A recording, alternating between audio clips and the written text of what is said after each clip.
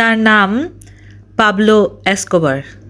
একটা সময় কলম্বিয়ার গরিব ছেলে, কিছুদিনের মধ্যেই হয়ে উঠল পৃথিবীর সবচেয়ে ভয়ঙ্কর ড্রাগ লর্ড।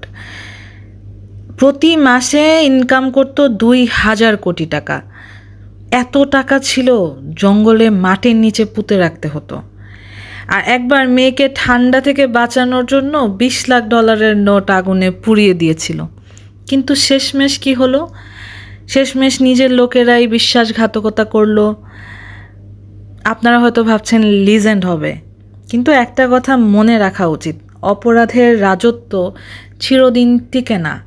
গল্পটা এক একজনের কাছে এক এক রকম, বাট আমার কাছে সবসময় এটাই মনে হয়েছে যে আপনি যত খারাপ করবেন, আপনি যেটাই খারাপ করবেন, সেটা আপনার কাছে ফিরে আসবেই।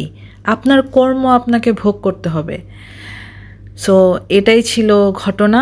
আমার আজকের এই স্টোরিটা আমি অনেক দিন থেকে ভাবছিলাম বলবো, আজকে ভাবলাম যে এটা জানাই বা এটা আমি নিজেকে বলি আরেকবার।